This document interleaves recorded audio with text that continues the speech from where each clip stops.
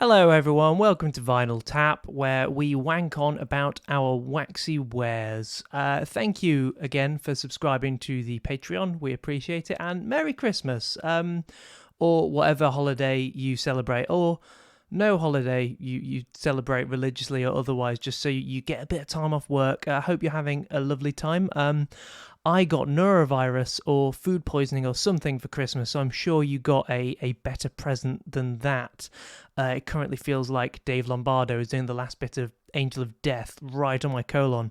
But yeah, today I'm just going to run through some new acquisitions and some old ones. To be honest, I think for the foreseeable, it's probably going to be old ones on my end for like the next few, because I can't really buy a lot of vinyl for the next kind of like 6 months, because I just found out how expensive like wedding cakes are.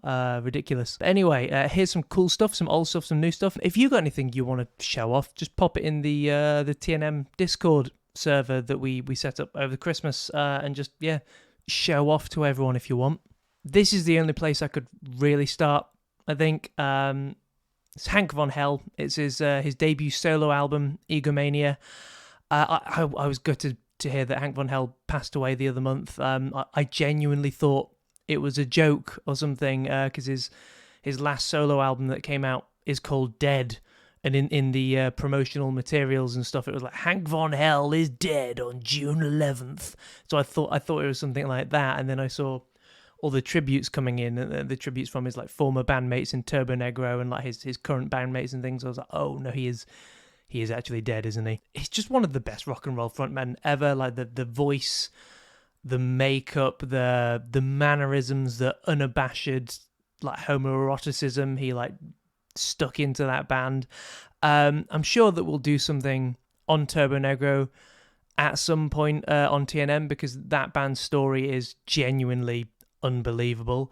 But I think it says a lot about Hank as a character, as a vocalist, as a lyricist, that over a decade since he left, their new singer Tony, who's very good, he's still being referred to as their new singer, as I just did without even meaning to. He's left such a mark on that band, and they were actually going to invite him back to do an Apocalypse Dudes like 25th anniversary tour in 2023, which obviously that's not going to happen now, and we don't have that. We have his work with Turbo Negro, and we have his two solo records, Dead, the second one I mentioned, and Egomania, this first one. This came in 2018 after his years in the wilderness. It included dubious songs aimed at Swedish and Norwegian pop charts, leading roles in films based on Swedish troubadours, barbecue cookbooks, Scientology, and this. You know what you're gonna fucking get with this, right? Like it's ludicrous. I find it kind of weird that the sleeve is like a condom. Because it's not really very sexy. I mean, the sexiest thing is there's a song in it called Bum to Bum, which is, if rubbing bums together is the sexiest you're going to get, sure. But that's it, really. This is a really nice kind of half transparenty orange edition. I think it's limited to like 300 or something. It's really cool. But yeah, and he came back with that single Bum to Bum in 2018. Steve-O from Jackass was in the video, which is a nice kind of throwback to when Jackass and Wild Boys and Viva La Bam and all that were kind of leaning heavily into Turbo Negro's music in what they were doing. And Bum to Bum, that could have been on Apocalypse Dudes. Like, it's that like silly, daft, sleazy rock and roll.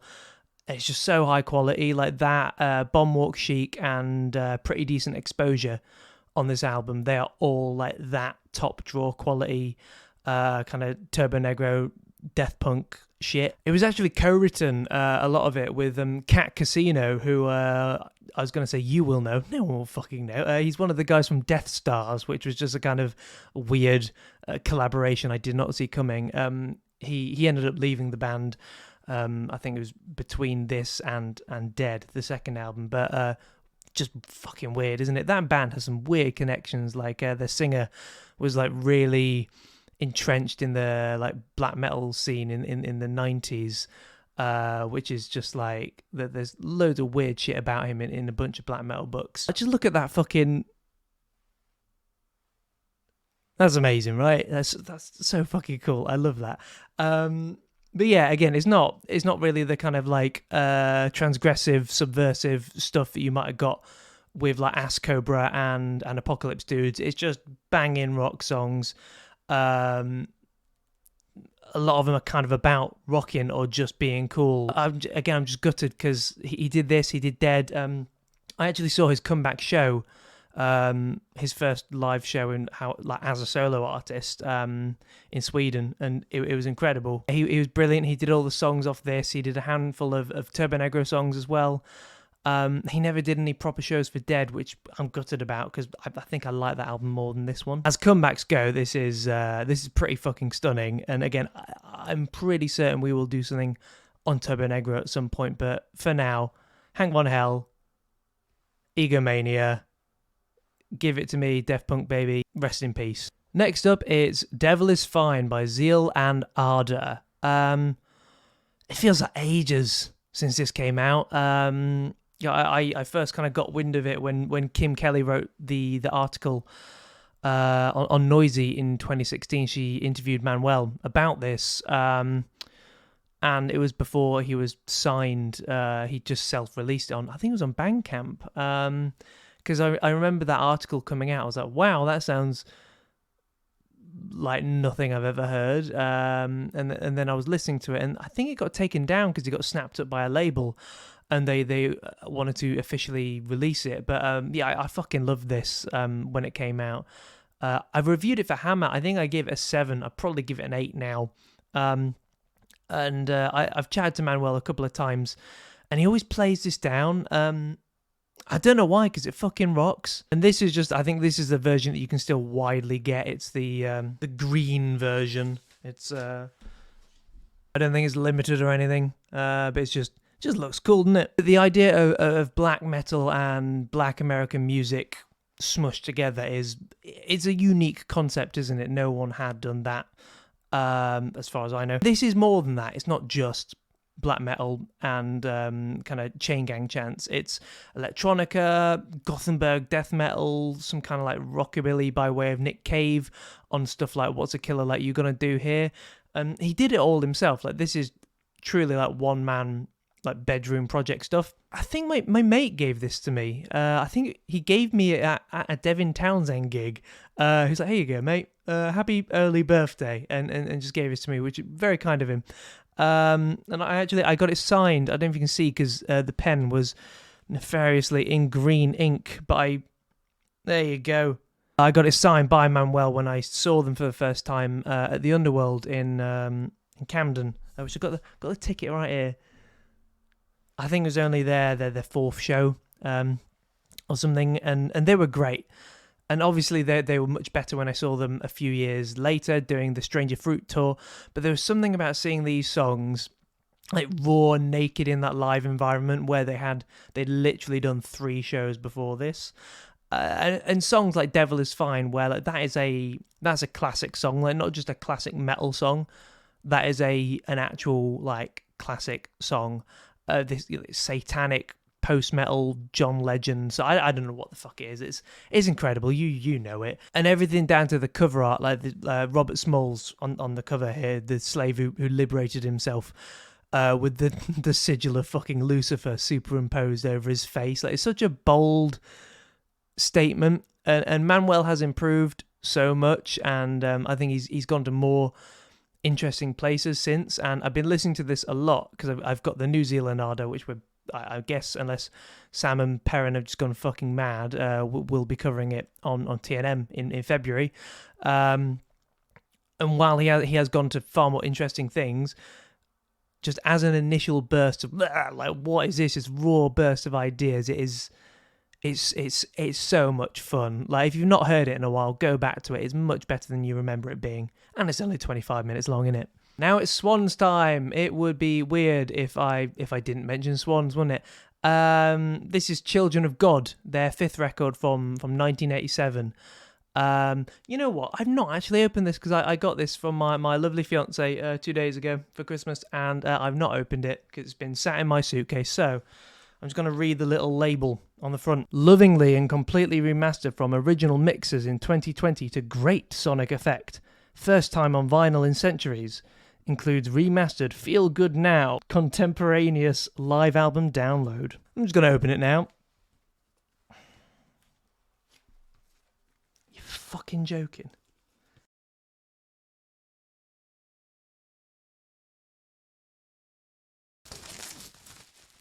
There we go. So, I have no idea what it looks like inside. Let's find out, as our favourite racist would say. Oh, yes, it is lovely and yellow. Like this is the original artwork layout, because I really only know it from the kind of cardboardy, circular, minimalist reissue artwork that they had from, I think it was the 90s, when they reissued it with the World of Skin project.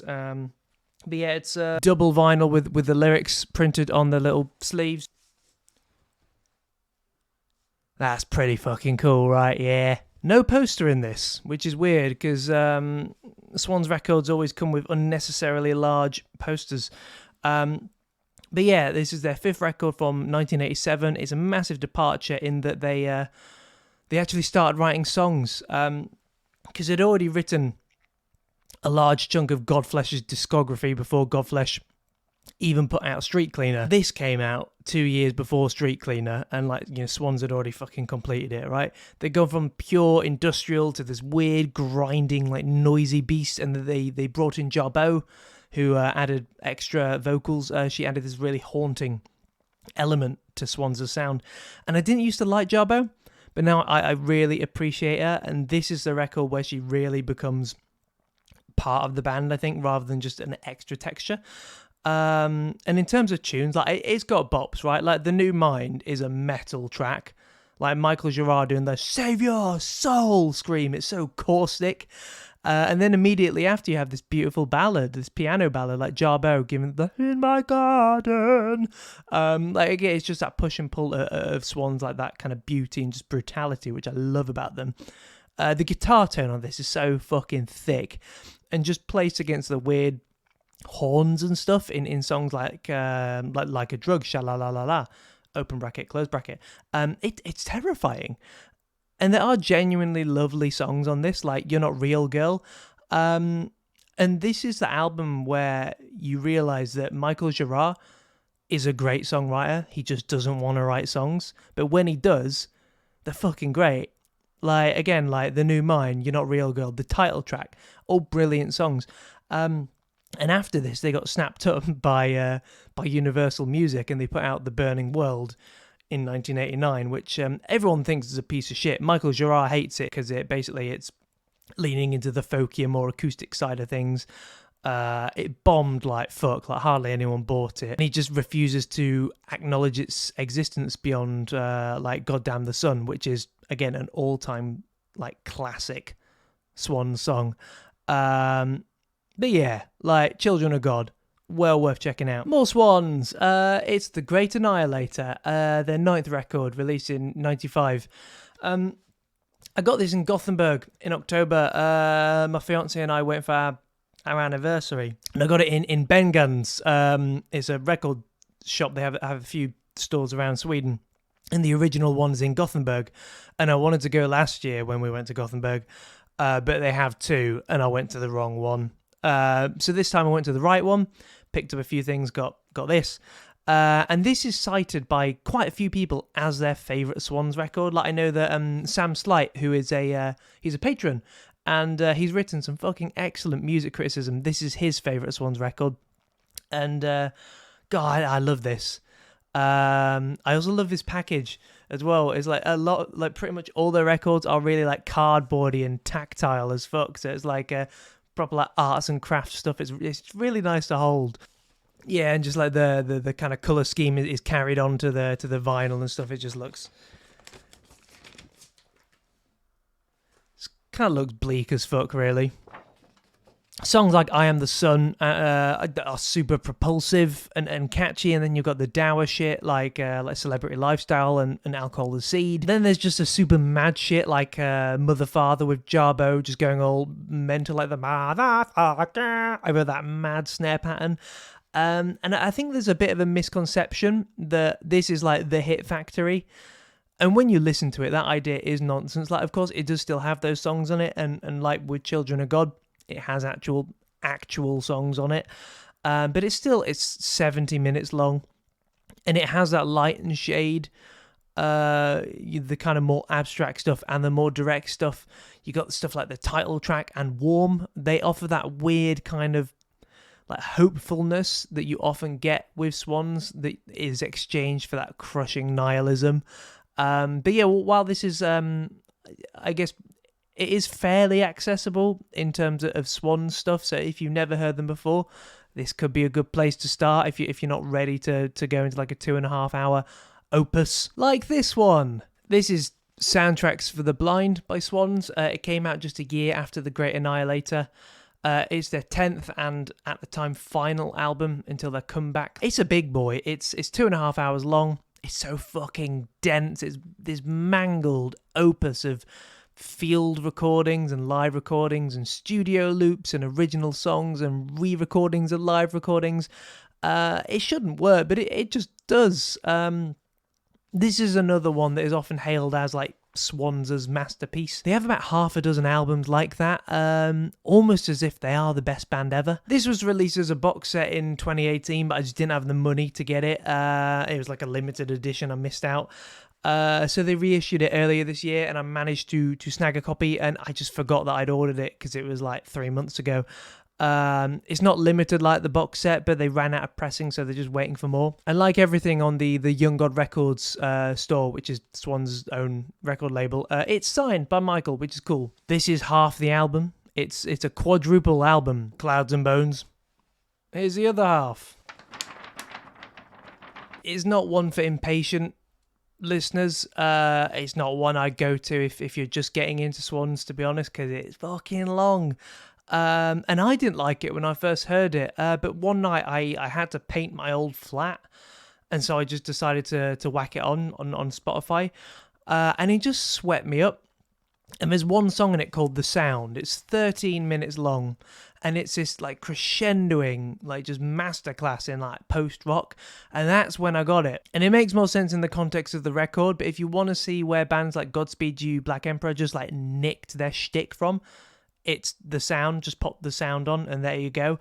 But this whole record is it's so bizarre, and as a kind of final parting shot for Swans, it's a kind of like widest reaching achievement maybe. Again, I think that there are many records of theirs which are better, but in terms of just like, oh my god, how did you do that, the kind of cut and paste like mad scientist aspect of Soundtracks for the Blind mixed with his just like raw humanity of it, that's what clinches it for me. Now it's 1000 Island by Daufødt, rowdy Norwegian punk debut from last year. I think it was something like my 15th favourite album from last year, I reckon.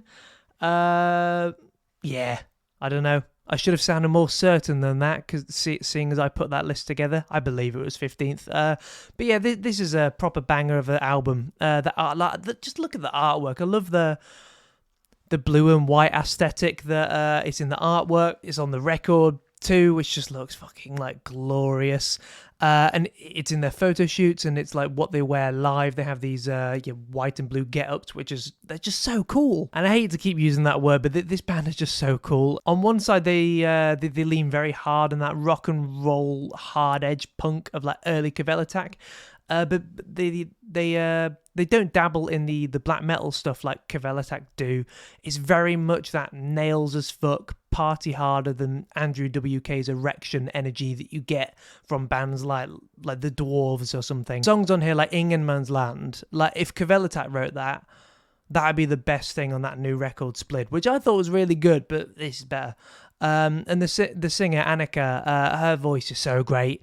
It's just like, it's constantly cracking all the time. She's great on the punk shit, just like screaming her head off, but when it slows down to the kind of primitive man grind on a couple of the like interlude tracks, it's so good. Like this band are like, they're so much fun. I really want to see them live. I think they were touring Norway in in like November or December, but then things kind of closed down there again. So hopefully they will make it over to me in sunny Sweden soon, and I can see this live because it looks fucking great. I thought I'd end on one that is fairly dear to my heart, one that I've been close to selling several times, not because I don't want it, just because like loads of people, I had my income slashed during the pandemic and I ran out of Furbies to flip, and it turns out that this is worth a shitload of money.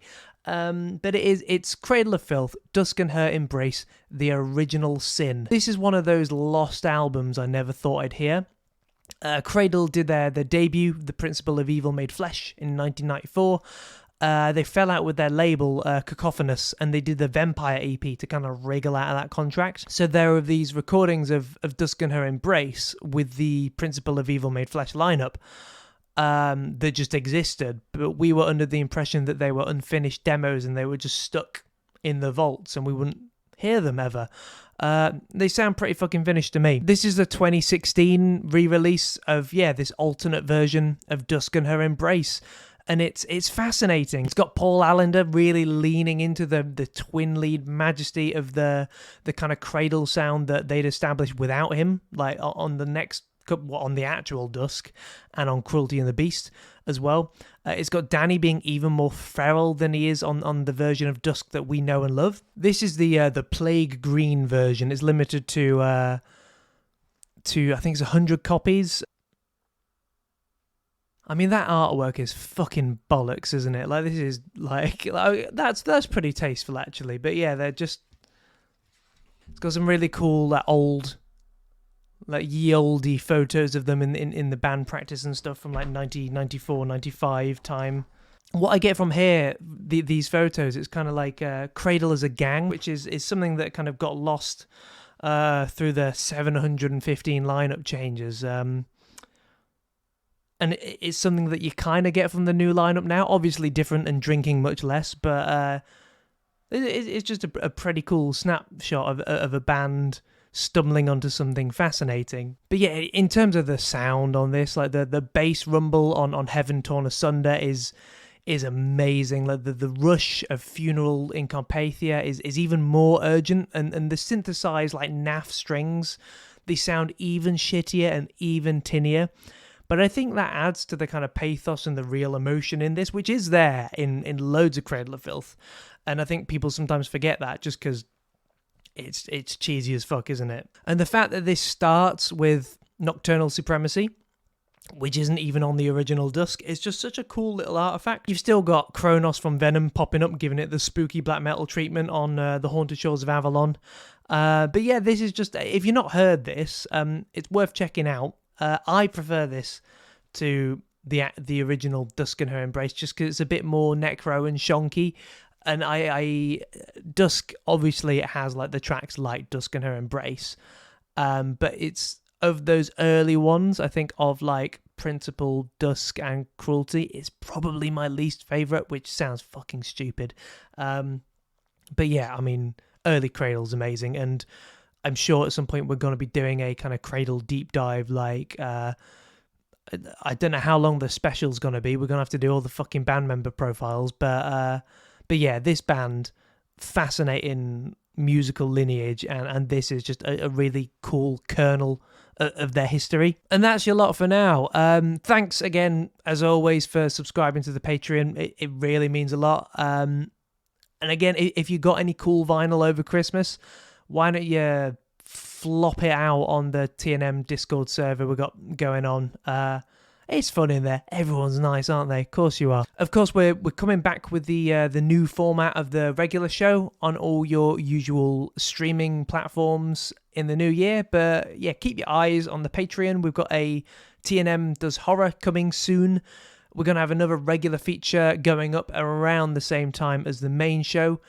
And then at the end of the month, we are going to be starting a brand new band special, which is going to be either a 3 or 4-parter. The first part of that special is going to contain music that Sam and Perrin aren't really familiar with. So I'm excited to hear what they think, and it'll be a good chat.